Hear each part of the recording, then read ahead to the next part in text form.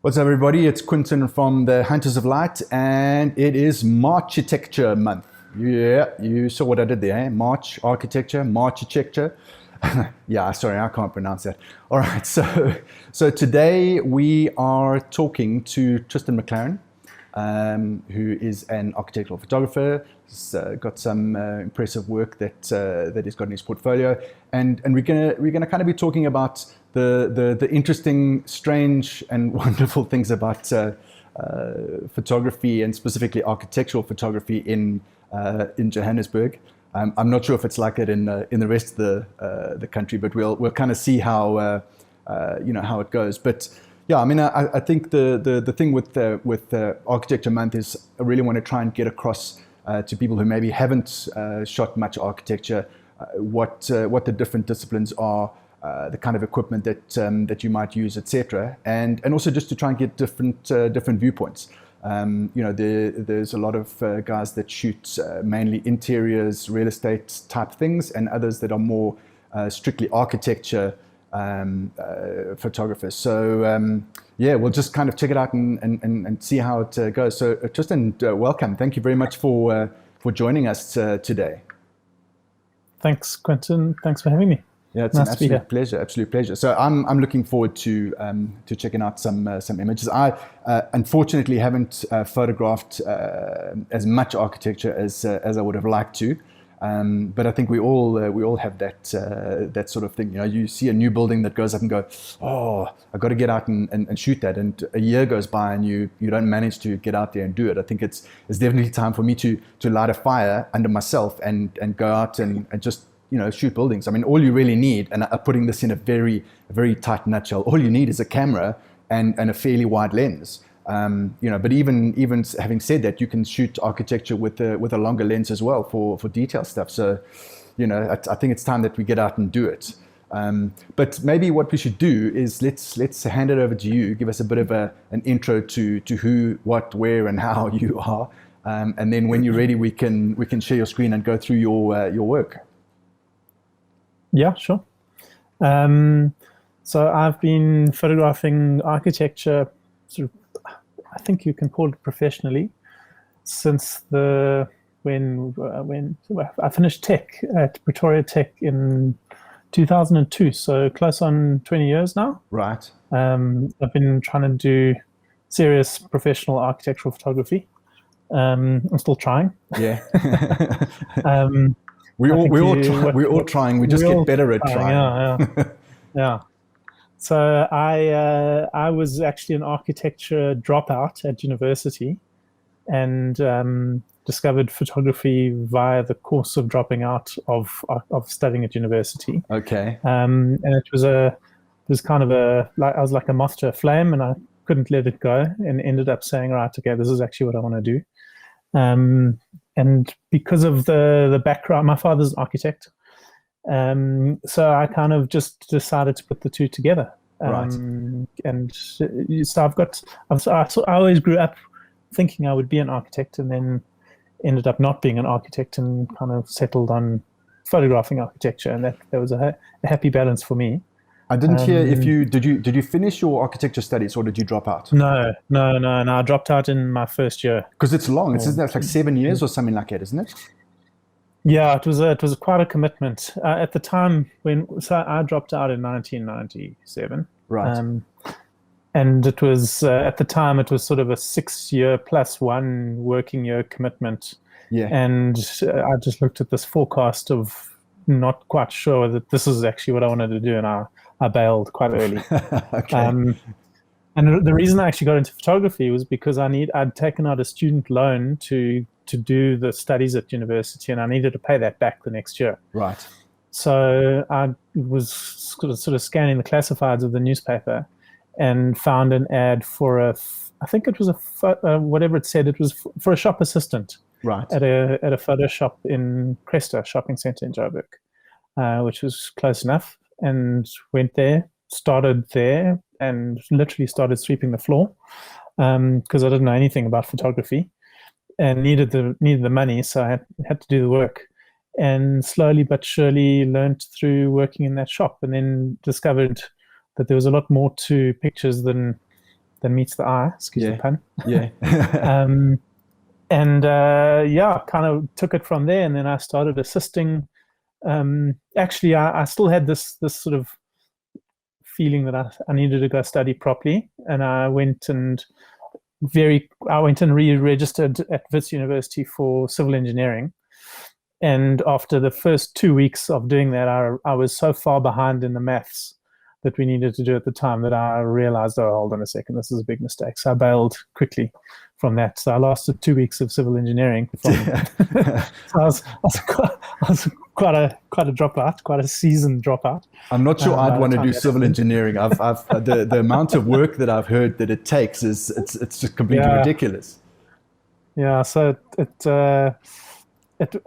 fortunately I realized quite quickly that it was a mistake, and then but the bug of photography had bitten. Yeah. So then I committed to that year assisting photographers, and I've kind of worked as a freelance assistant, assisting all sorts of guys on all sorts of assignments, and learned a huge amount through that process, and then decided to go to tech for 3 years and do the diploma that was offered at Pretoria Technikon. Okay. So did that, and then basically through effectively halfway through my third year of doing that, started working as much as I could. And I did advertising and editorial work and whatever I could find. I did weddings and everything. But my passion and the goal was to do the architectural photography really seriously. Right. So eventually, through the course of just keeping on persevering and applying myself, I started doing architectural photography, and I did it by approaching the architects themselves. Yeah. And saying, hey, can I photograph your buildings? And most of them said no, until one day, one sort of relatively big practice said, okay, here's a building, go photograph it, let's see what you can do.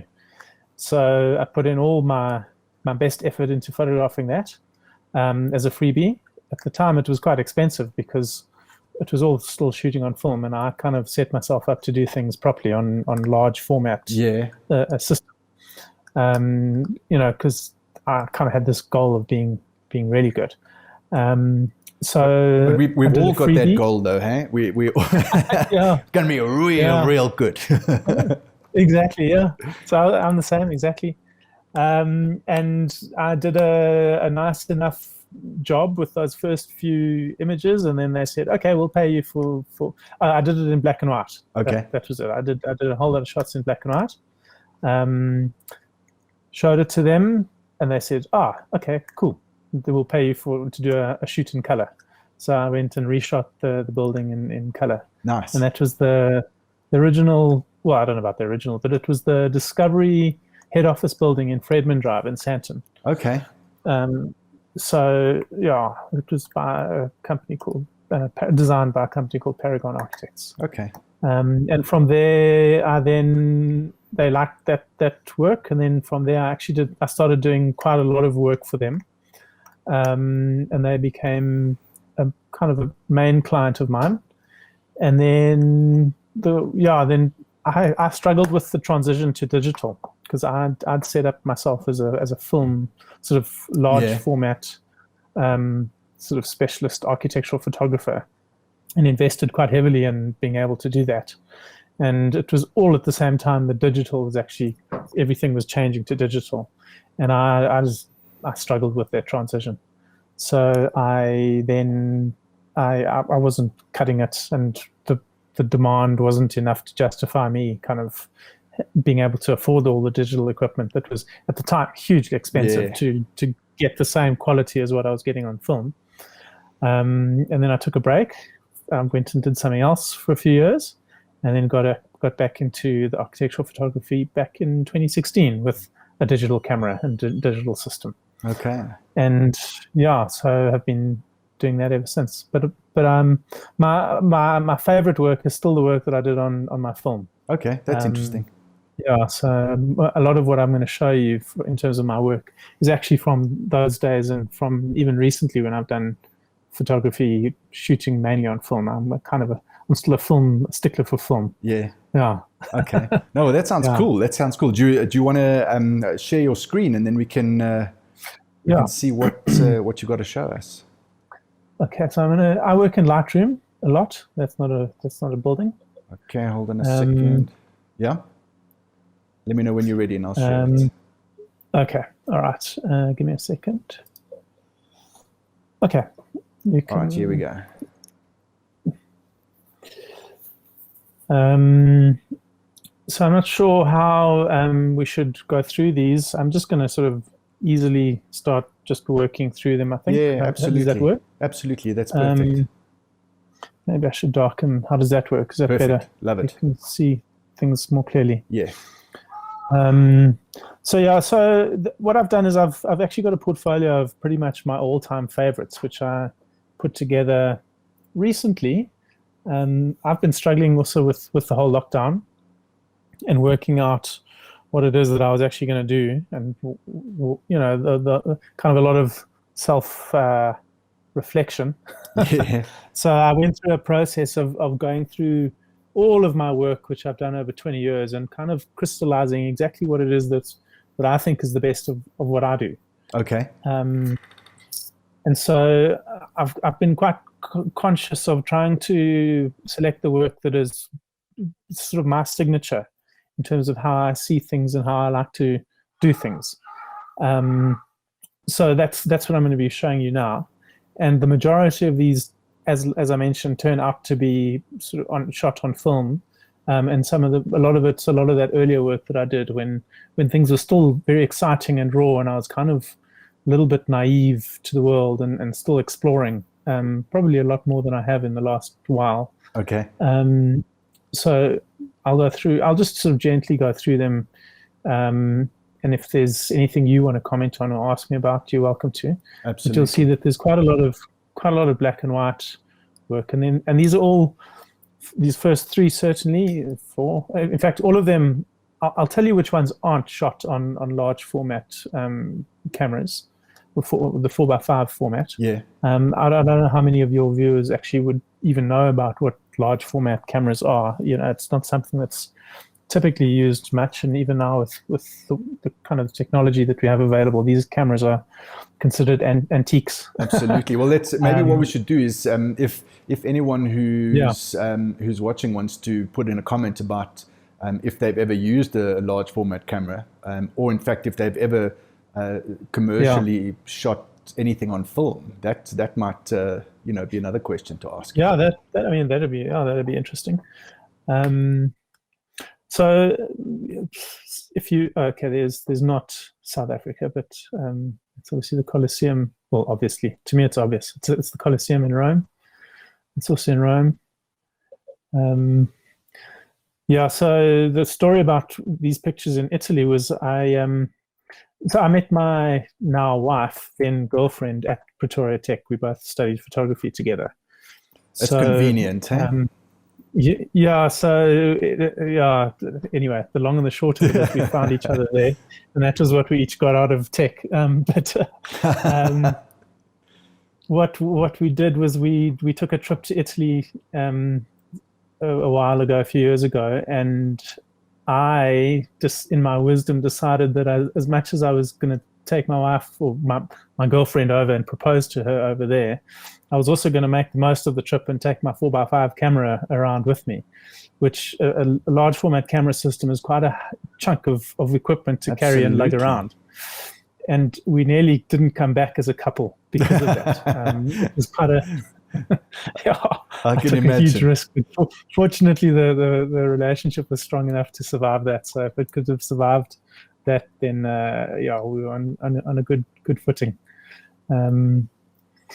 So this image is actually from that. I mentioned that sort of that test first shoot that I did for Paragon of the Discovery Building. So this is one of the interiors from that. This I could actually wax lyrical quite a lot about this photograph, because it really does deliver on what I was always trying to achieve. So I'm quite proud of this picture. I'm kind of a stickler for keeping things straight and architectural. Yes. In terms of the classical way of looking at architectural photography, which is that buildings stand up straight and don't taper. That sort of perspective correction is something that I always sort of make sure that I do, and that's why I use the camera system that I do. But as much as that's important, I try and apply design, sort of the principles of design to creating these photographs. So every architectural photograph that I do is with the camera mounted on a tripod. And when I used to shoot on film, I used to allocate myself an hour per shot. Right. So I kind of calculated it that I would basically execute 12 good architectural photographs in a day. And the reason for that needing that hour was partly because of the missioning to have to actually get around a building. You've got to walk quite far and carry and lug equipment around with you. But included in that time frame was the looking and seeing and finding and then composing and constructing an image. As much as you construct sort of any work of design, I try to construct every photograph that I do by looking at the viewfinder and kind of really being very critical about. I mean, I don't know if you see my cursor on the screen. Yeah. So, for instance, at the top here, there's a little gap between the top of the dark building, the dark wall here, and the ceiling. There's a slight gap between this paneling and the light that's happening there. There's a balance of these cushions on the couch. Oh, sorry. Oh man, magic mouse. Yeah. So you scrolling left and right with your fingers. Yeah, I was scrolling by mistake. So and then Sorry, just to interject there, Ken Lovell says Hasselblad 6x6. So we've got at least one person who's watching this who's been there, done that. Sorry, carry on. Yeah, no, that's cool. Good for you, Ken.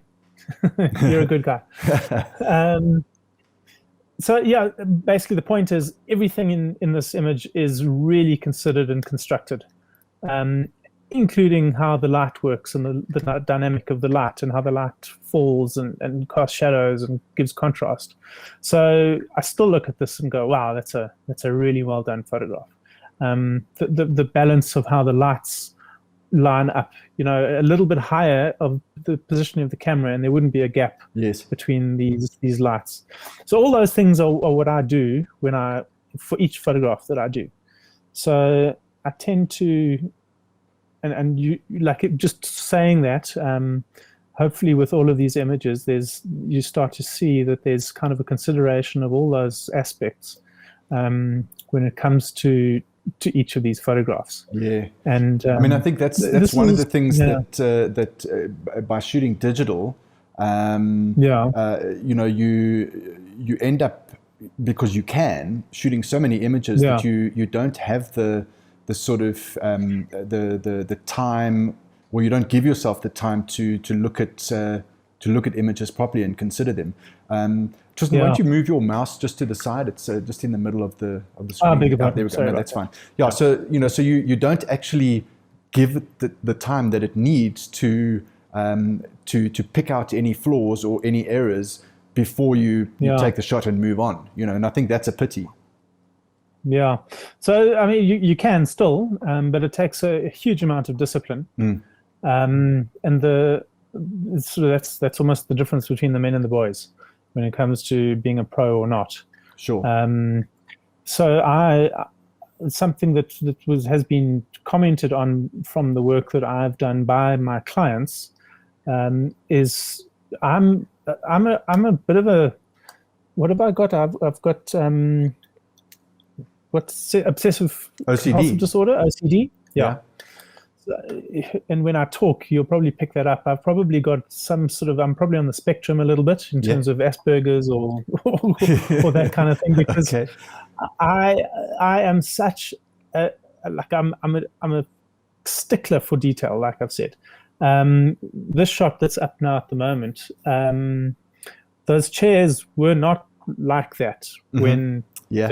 when I set the shot up. Part of that hour is also styling the scene. Absolutely. I needed to run around, and I don't use an assistant because the work is so boring. Watching somebody take a photo or take an hour to take one photograph is an extremely boring thing to do. And I haven't found anyone who's comfortable hanging around who can also then switch it on when I need them to switch it on. Yeah.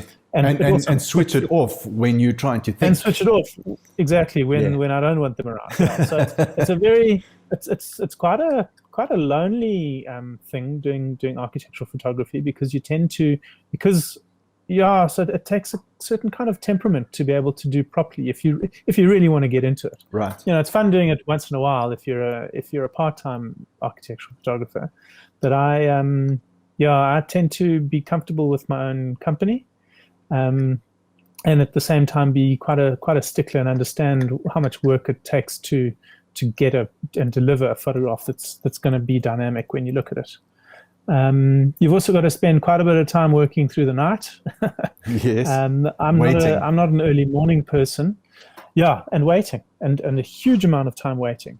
One of the things about this photograph, and if I use my mouse again, you can see there's a car moving there. Yeah. When we set this shot up, and this was a shot actually for an ad agency where they wanted, I can't remember what the point of it was anyway. When we set the shot up, this parking lot was full of cars. And I probably did, how many? Probably, I think 5 or 6 shots. And this is the very, very, very last shot of the shoot, which we had to basically blow all the budget on the other film in case this one never occurred. Right. Because we didn't quite know how many of these cars were going to leave the scene at the right time. And fortunately, we were lucky in that they did. And that was it. And two moments later, you can see there's some lights here. Right. 2 moments later, I think another car came and parked in the way here. So it's actually quite a stressful thing, because you're constantly hoping and praying that things will just fall into place and stars will align, kind of thing. Especially when it's a public environment like that, where you can't go and cordon off the parking lots, even though that's really what you want to do. You just can't do it. So if some idiot does decide to come and park right in front of you, and by all means, you can see someone with a camera looking in the direction that you're about to park, please park there. Yes, thank you very much. I've never understood that. Yeah. But people aren't. You're so focused, and you're looking through your lens, and you've got this frame in place, and everything looks to be perfect, and then the person coming in doesn't know. So I never hold it against them, but I do swear at them quite a lot. But it's for my own sort of OCD reasons that I do that. It's not to mean that they do actually anything wrong. I mean, they just park in their car in a parking spot. I mean, hey, that you're trying to keep clean, but I'll move on. So just talking through all these photographs, light for me is always the key. And the images that I've picked out here that are the ones that are most significant for me all involve quite a strong lighting scenario. I think that would be the right word. Because from the way I like to do photography is to use sort of the dynamics of light to then expose and showcase the form that a building presents. So it's quite a lot of. I mean, it's a huge amount of intense looking that I do when I do all my architectural photography. So here's a question. Just seeing the what's it called? The gallery in Rosebank. Yeah, Circa. Yeah, Circa. How do you handle security when you're in that sort of environment? Do you take someone with you? Yeah, it's actually a bit of an issue, and that's probably why I've kind of cooled off on doing a lot of exploration around Joburg of late. In that's an issue. I recently did some work for some architects. Maybe I should pull that up. let me see if I can. Sorry, let me do that so I can see what I'm doing. I did some work for some architects who were doing sort of a retrospective portfolio of the work that they did way back. Right. And I needed to hire a security, what do they called? A detail, a security detail, to go around with me in Braamfontein and in Yeovil. And it was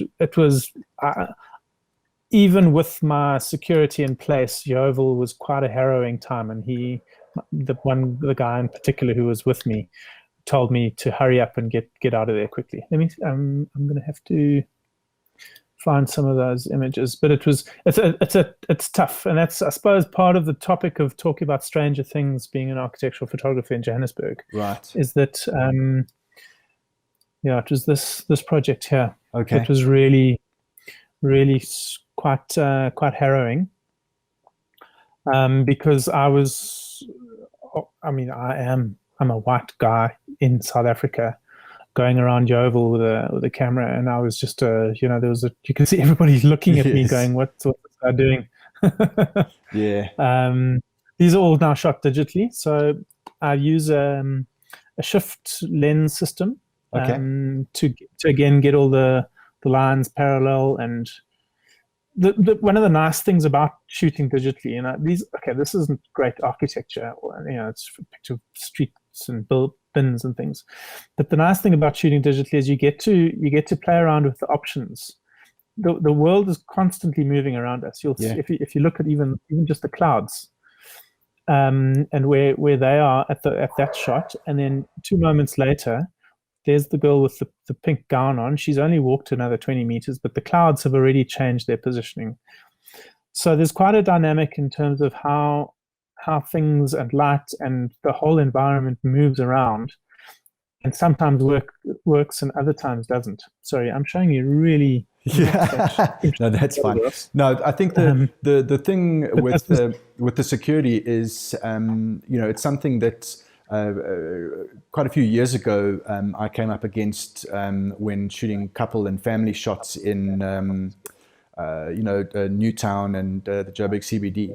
And I for a long time I've wondered whether there was merit in getting some sort of, as you say, a security detail that you could then say to your clients, listen, we can do it, but we need to have a security person on hand, and it's going to cost an extra $800 or whatever. And I think that depending on the location and the couple or the family or whatever it is, they would go with it. But I am starting to believe that being on your own, whether you black, white, whatever, but being on your own with equipment that's worth anything, and you're focusing on the viewfinder, and someone comes up behind you and says, "Thank you very much, I'll have that." I think it is a problem that we do need to deal with. The risk at the moment is very high. When I get assigned or commissioned to do assignments in architectural photography, the fortunate thing is that most of the time there is, with a new building, there typically is a security company that's been contracted to provide security for the property.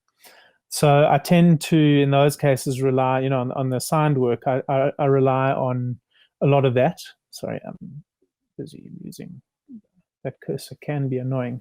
I get it. Especially as an OCD person myself, I know I can't stop looking at it. So so professionally, fortunately, a lot of the times I get that as included in part of the scope of the job. But sort of doing that free ranging work, exploring places, there's a lot of the time it's a challenge, and I'm not comfortable at the moment most of the times, which is why even in lockdown it's not comfortable just wandering the streets with expensive camera gear. Just on that F&B building with the tilt shift, which focal length do you have? Do you have the 17 or 24? Okay, so for the system that I use a Canon 5D Mark III camera. Yeah. And then I've got a 17 mil, I've got a 24 mil, a 45 mil, and a 90 mil. I think they call them the TSE lenses. Yes, that's right. By Yes. Canon. So that's the lens complement. At the time I invested in the system, I got all the lenses that were available. Okay. They've since, in the last couple of years, I see that they've come out with a 135 millimeter lens. And it is absolutely amazing to shoot portraits on. That's an incredible lens to shoot portraits on. Yeah, I'm sure, because it's a really nice focal length, and I'd love to get my hands on that. It's actually quite interesting. So this shot was done on using I think it was using my 180 millimeter lens on the 4x5, which is the equivalent of it's about a 65 millimeter lens on full frame digital 35 millimeter. Okay. It's not quite. It's just longer than a standard lens. It's not quite as long as a portrait 85 millimeter lens. It's just a kind of a long standard lens, if that makes any sense.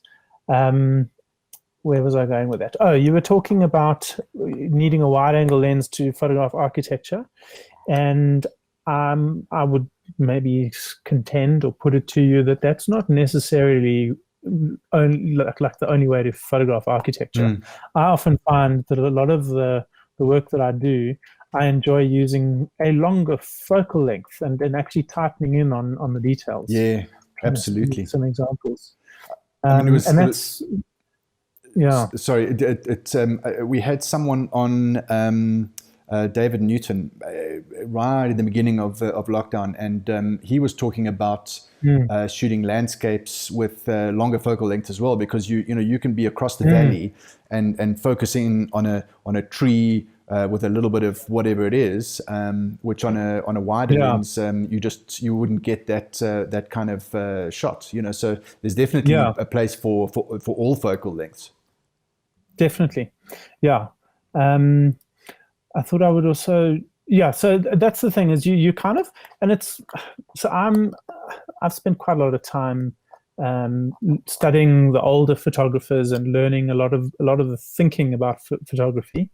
And the one guy who I really enjoyed learning from was a guy called Ansel Adams. Right. So I'm not sure how many of the viewers know about him, but if you Google him, you'll discover that he's kind of a household name in terms of the history of photography, and being sort of a recognized figure. He was quite a giant of photography, and he talked quite a lot about conceptualizing what you're going to photograph first, and then executing it with the camera, rather than. So it was a lot of and when I give courses as well, I also talk about it. It's sort of making photographs rather than taking photographs, and the principle being that you think of the photograph of what you're going to do first, and you pre-visualize it in your mind, and then you put the tools and the camera in place to then execute what you've already pre-visualized.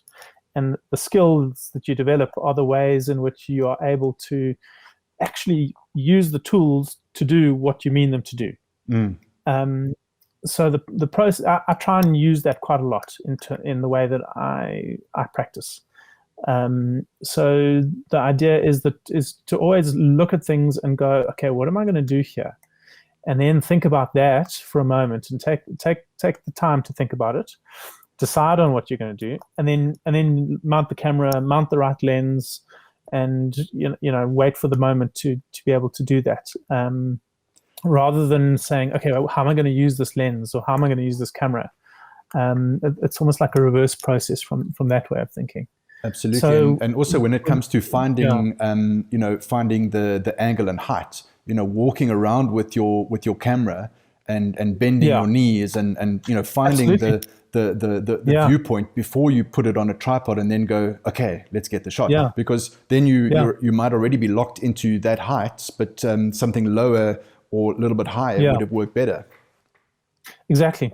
So if you were to see me on a location, so I've pulled up a project that I photographed last year, which is in Hillcrest in KZN, and it was a sort of a renovation of a shopping center done by an architectural firm here, or the one down there. Anyway, and I just thought I'd run through the sort of set of images that I'd delivered to the client, and we can talk through that as well. And yeah, what I was getting at was, if you see me on site, sort of, for instance, at a shopping center in Hillcrest, I'm quite an odd-looking chap on the site, because I tend to be crouching and walking around and staring almost blankly at the most arbitrary things, like some trees and a path. Yeah. Meanwhile, what I'm doing is I'm trying to preconceive what that shot is and trying to understand what it is I'm going to include in the shot, and then work out how I'm going to deliver it. So I'll just sort of rifle through these, but one of the things that you are able to do quite nicely is this with digital cameras. You're able to kind of mount the camera and get the two options, and this as well. That's quite cool, because certainly the way that people like to talk about architecture now is certainly to involve people in it. It's not only about the buildings. That's it. But it's very much about how people use the buildings and scale. And how relatable it is. So it's not just about these objects of art that have been sort of these sculptures that have been planted in the landscape of the city. It's actually about how do people work and use and live with these buildings. So that's quite nice about digital, is you're able to kind of position yourself in a way that you can then. Sorry, it's taking a while to do the coloring. And sometimes you'll see, like, the guy looking at his phone to the right there, some people stay still for the most amazing amount of time. Yes. And it often involves either a cigarette or a phone that keeps them there. Sorry, I think my computer's a bit slow in loading these. Anyway, I think, yeah. But so, because of one of the sacrifices I find that I've made with doing things digitally is that I don't quite have the discipline to spend as much time. I tend to, and also the nature of what clients expect of me is that people would far rather pay 2,000 Rand for 100 photographs than 2,000 Rand for 6 photographs that are awesome.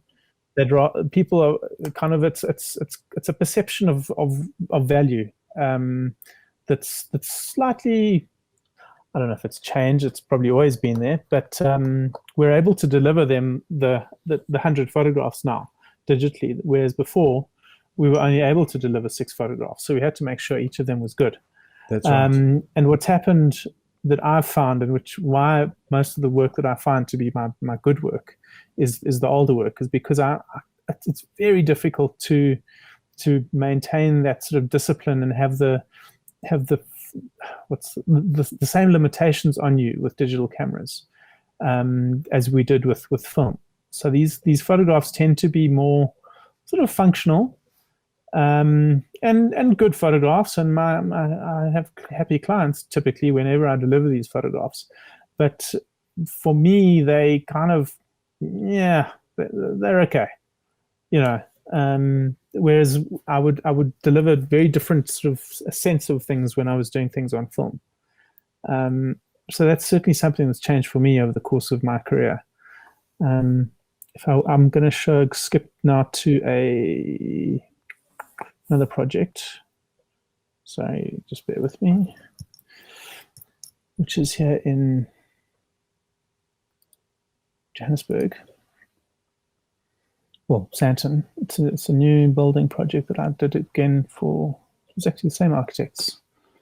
And this was a day's shoot, and I'm going to go quite quickly through these photographs this time because that's quite nice. You can get to see different people. But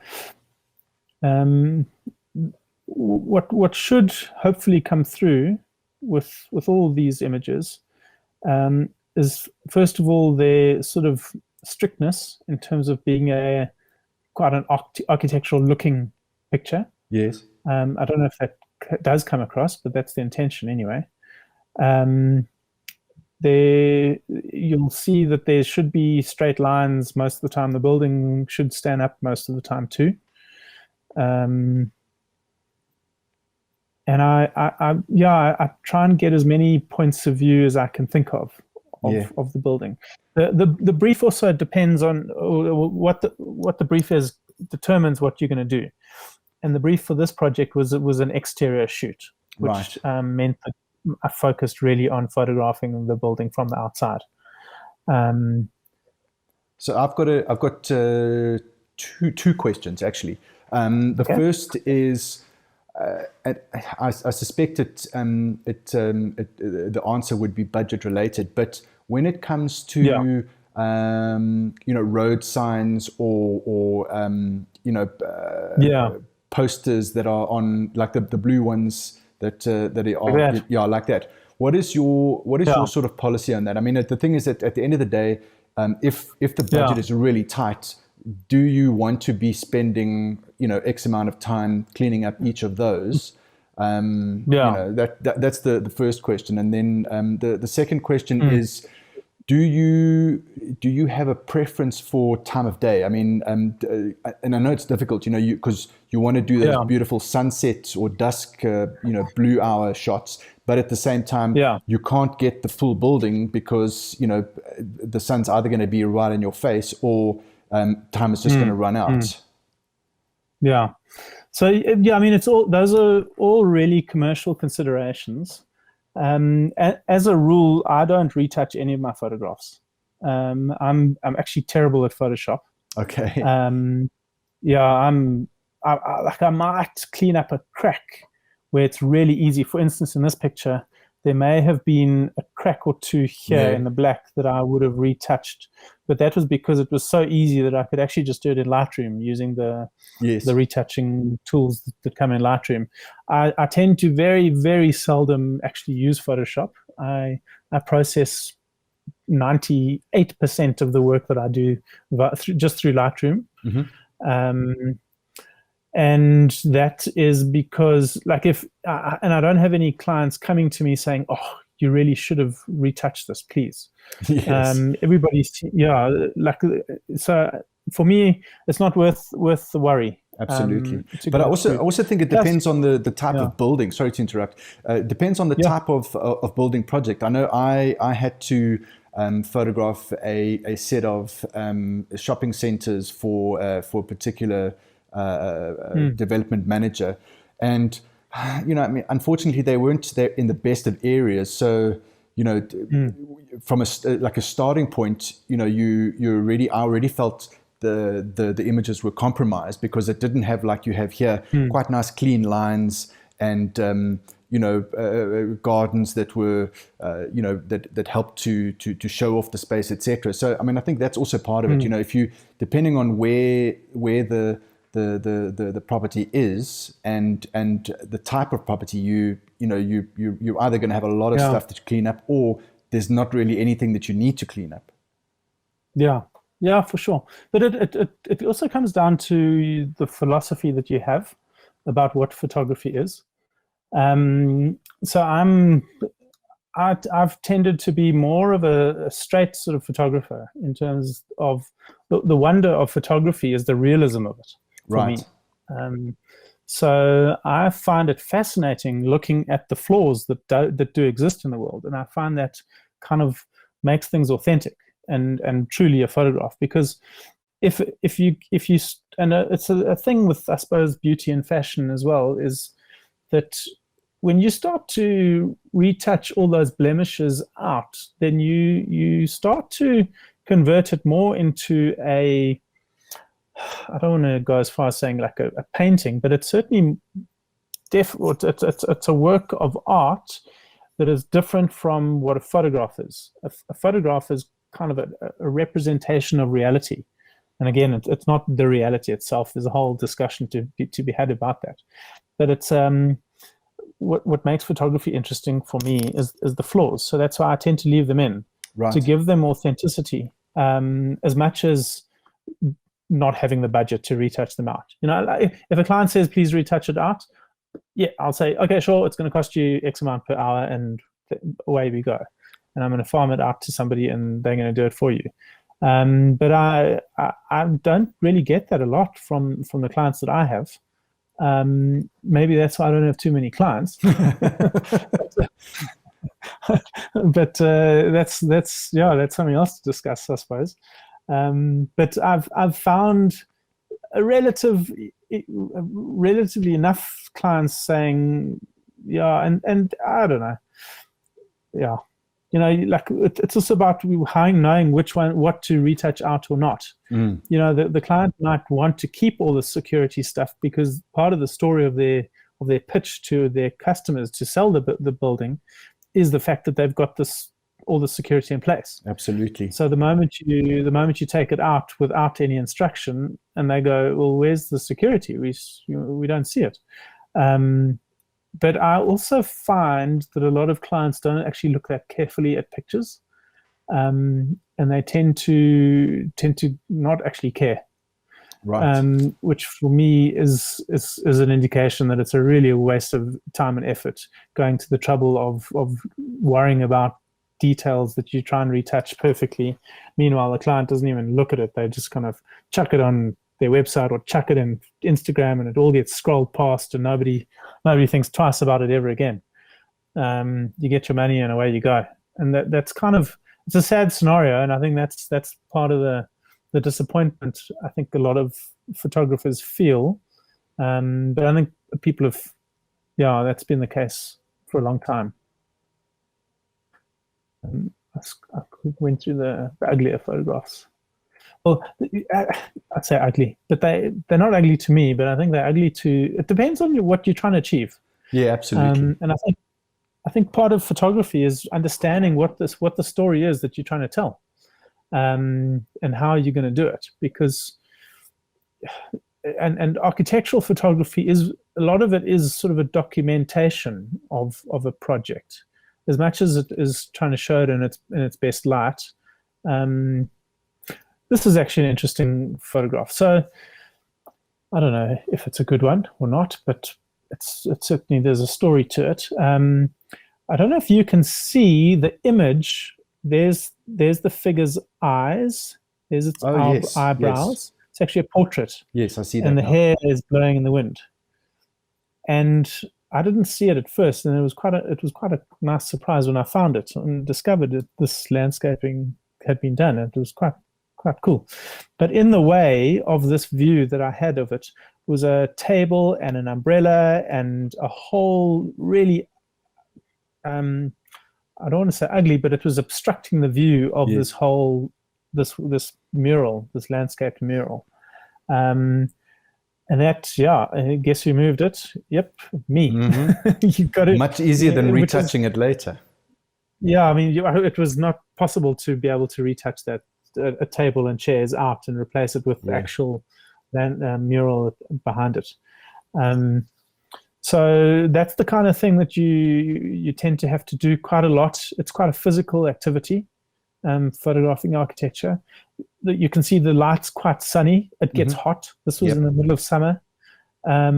You've got to be, you've got to have you've got to be okay with doing physical things to do this. It's not everybody's cup of tea. So that's why it's not a mainstream activity, and it's certainly not glamorous. You finish the day and you got dirt all over you, and you haven't spoken to anyone, or the people you have spoken to haven't really given you much time, and you've had to move furniture and dodge things. It can get really, but it's rewarding when you actually sit at the computer and you look at everything and you go, oh wow, that actually really is cool. This is probably quite an important photograph when it comes to being me and the way I do things.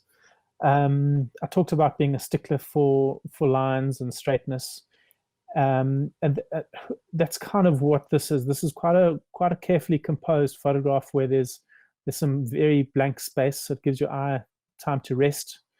It still describes the core elements of the building. It describes how there's this landscaped mural, but it doesn't quite tell you what, so there's an element of mystery there. It describes the curve in the wall. There's a question that you ask about what's happening through there, what's that all about. There's a tree on the building. It kind of poses the question, what's up there? Why is there a tree up there? But at the same time, it should be quite a balanced view. I kind of work with, there's a third, and I don't know how much you've ever talked about composition with people before, sort of on this platform, but there's the principle of thirds, which is quite a strong compositional tool to use, which I've used here. And sorry, I keep pulling up the other things, but you can see there's a third there, there's a third there, there's close to a third there. Yeah. Okay, there's a halfway line there. It's quite a significant image, and quite an image that I probably have, through many years of practice, I see this kind of thing quite a lot, and I tend to do this quite a lot. In fact, I thought I would do this. I'm going to pull up. Let me digress a little bit to explain what I'm going to do now. I was talking to a friend of mine who's also a photographer who has got more into retouching as a vocation and a profession now. And we were discussing life and photography and things, and I asked him, why did you sort of leave photography? What was it about photography that made you stop really doing it? And he said, I can't, these were his words, he said, I kind of felt like I was taking the same photograph over and over again.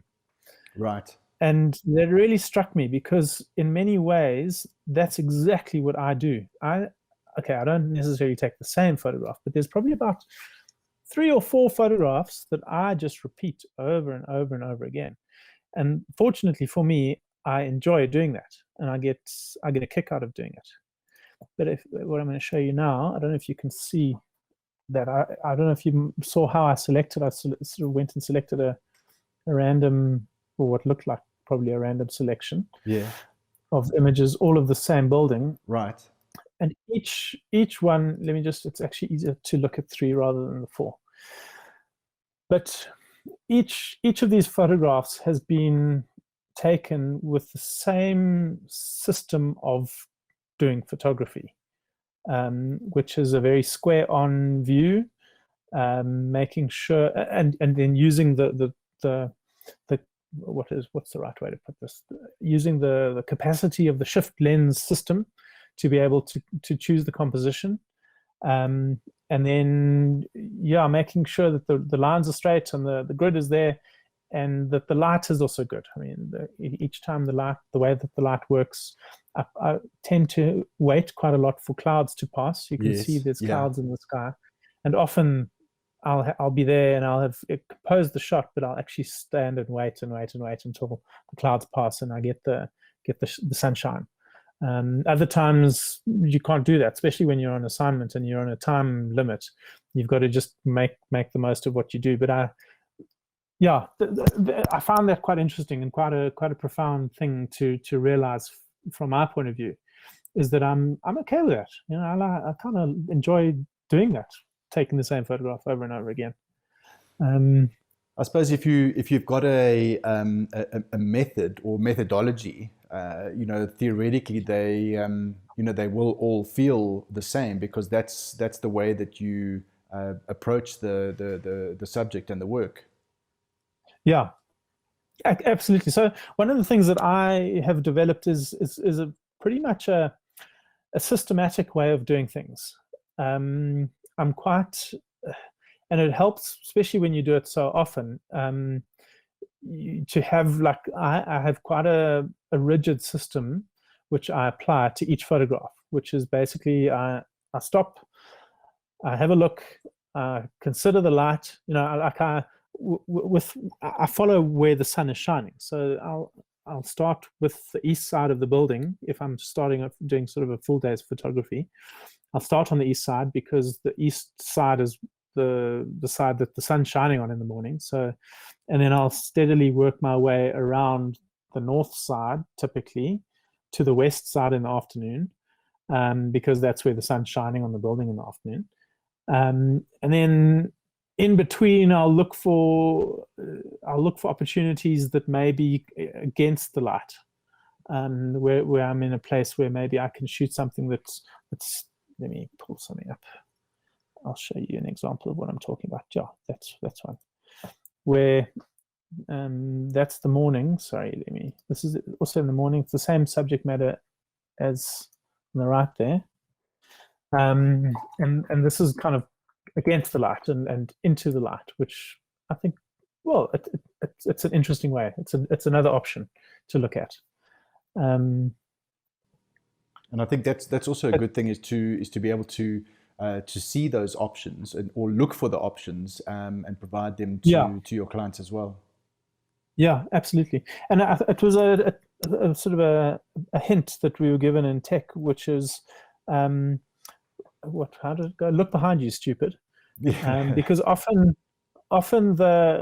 there'll be an opportunity. You may be looking one way because there's an obvious thing to be photographed that way, but so often there's a really great shot perpendicular, exactly behind where the direction that you're looking.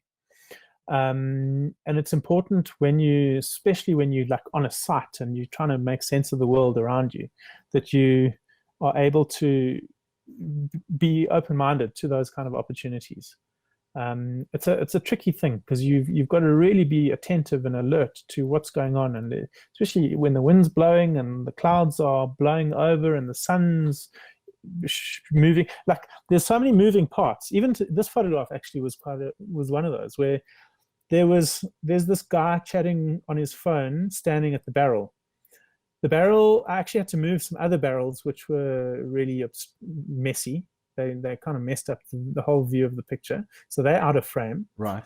The clouds, the wind was blowing, so the clouds were all blowing over, and I had to really wait for a perfect opportunity when the sun was just shining through to get that. There were other it's still, most of these buildings are usually a construction site, so they're actually construction workers with their reflector gear on, hovering around here. It's all like every photograph, there's actually a huge number of moving parts. There was also quite a lot of traffic which was flowing past here, which I didn't want to have in the picture. So I had to wait for the moment when the traffic was quiet, the sun was shining through the clouds, and this guy was in a position where he wasn't too prominent in the view, even though he was still in the shot. And you kind of you wait and you wait and you look and you look, and then as the moment is there, you've got to take that gap. And surprisingly, it's actually quite exhausting. You tend to leave a site quite like worked. Yeah, I agree. I'm not sure. Do you want to look at something else, a different building? I'm waxing on about this building. Yeah, I don't know if there are some other images that you want to show us. We're coming up to an hour, so cool. I think if you want to just show a couple more examples, and then we can wrap it up from there. Okay. I want to let me see if there's something here.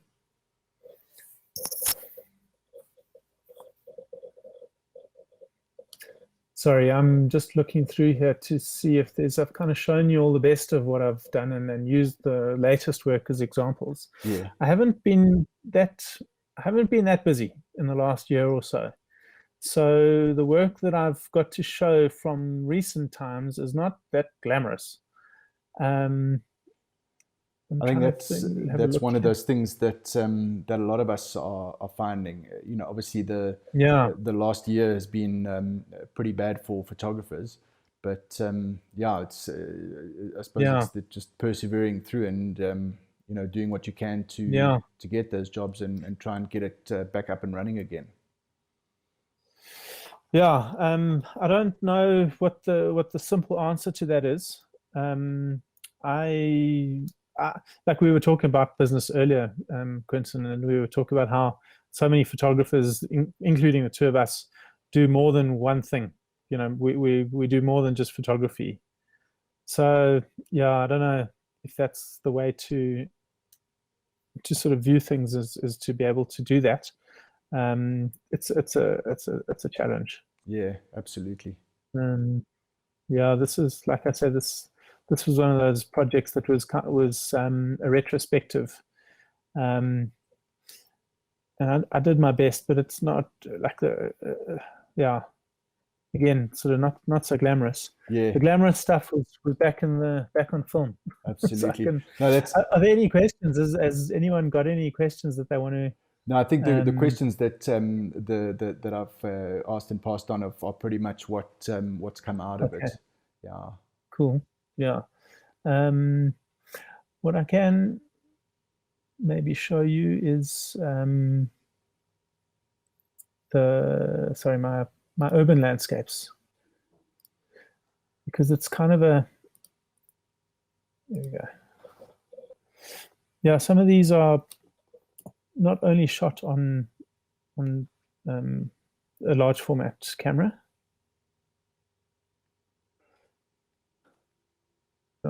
Again on film. Yeah, Right. I just, when I look at these, I go, wow, this is, I miss this camera.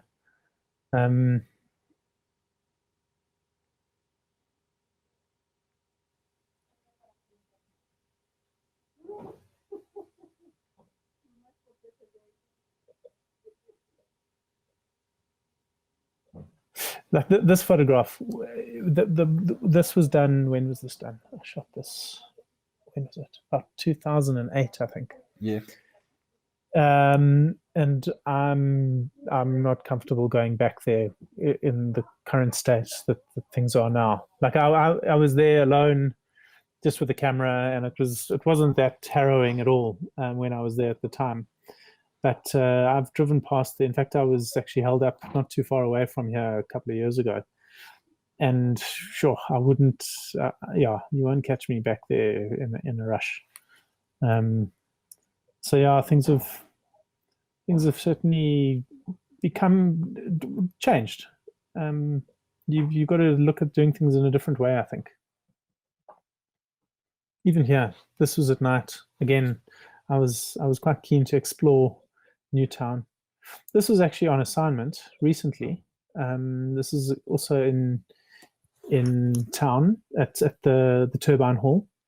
It was for an architectural firm who were hoping to pitch to some client, I'm not sure who, some ideas about what they could do with the space.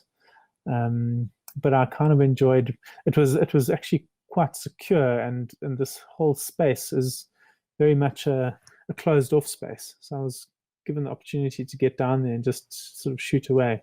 And these were the two, let me actually pull them up, because they work as a pair, shots that I chose, and I'm kind of quite proud of them, and they're probably close to what I like to try and achieve shooting architecture. Sorry, let me do that. It's definitely, the Turbine Hall is definitely a fantastic location for architectural photography. Yeah, I think it's really nice to explore there. So much of the architecture around today is sort of clean and clinical and sanitized, and it's nice to get into a space that's not quite. It's a little bit rough and quite quite expressive and unpolished. I enjoyed that, with a mix of brutalism thrown in. Yeah, and very industrial, because that's what it was. It was a factory space. Absolutely, industrial space. Yeah. I talked about Italy. So this portfolio is a mix of the large format shots as well as some of the medium format shots. I'll pick out the best of them. Is this okay? Shall I share these with you? Do you want to talk about something else? I'm happy that's to. Fine. As I said, we're kind of coming up on the hour. So if there is something that you want to go through a couple of images, and then we can maybe wrap it up from there. Yeah, no, I think we can probably get close to wrapping it up. This is a kind of a travel portfolio. Yeah. And it's got such a timeless quality. Yeah, I don't know. I mean, but I'm quite I quite enjoyed Italy. It really appealed to my senses, and I'm quite happy with the work that I got from this trip. I've never really published it at all. It's all still sitting here on my system, waiting for the right place to be. Um, but I like to, yeah, we've printed this up and I keep it on the walls. It's yeah, it's kind of sentimental. Absolutely. But it's yeah. What's good about it is it's really quite a I don't know what the right expression is, but it's my style. When I look at these photographs, I go, yeah, that's me, and Yeah. that's me, and that's me, and that's me, which is quite nice about it. Yeah, No, it's and I good. think They've got a very that's nice a feel to challenge them. for a lot of people, is to find your voice. And I think it's a very difficult thing to do, and it's something that I've been quite conscious of and tried to work quite hard at achieving. Because I suppose to me it's an important thing for me to do. Not everyone necessarily feels that way, but yeah, it's Okay, I think we might have lost Tristan there. But I think pretty cool architectural images, some urban landscapes, etc. And yeah, unfortunately, we lost Tristan at the end there. But yeah, Tristan, thank you very much. That was pretty cool. And we'll get this up on YouTube tomorrow morning, and you guys, the people that missed it, will be able to check it out. Thanks very much. Really enjoyed it.